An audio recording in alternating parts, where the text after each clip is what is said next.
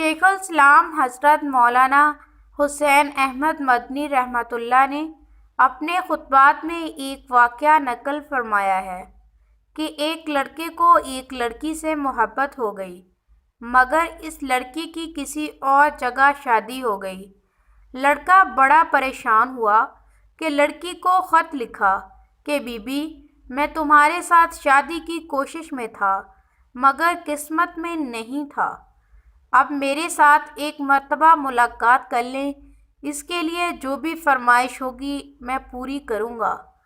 لڑکی نیک تھی، اس نے کہا، حضرت فاروق اعظم کے پیچھے 40 دن تک نماز باجماعت پڑھ لو، پھر جہاں بلاؤ گے میں حاضر ہو جاؤں گی۔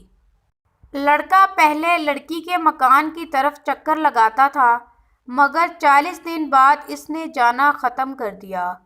لڑکی نے پیغام بھجوایا کہ اگر میری فرمائش پوری کی ہے تو میں حاضر ہوں، میں حاضر ہوں۔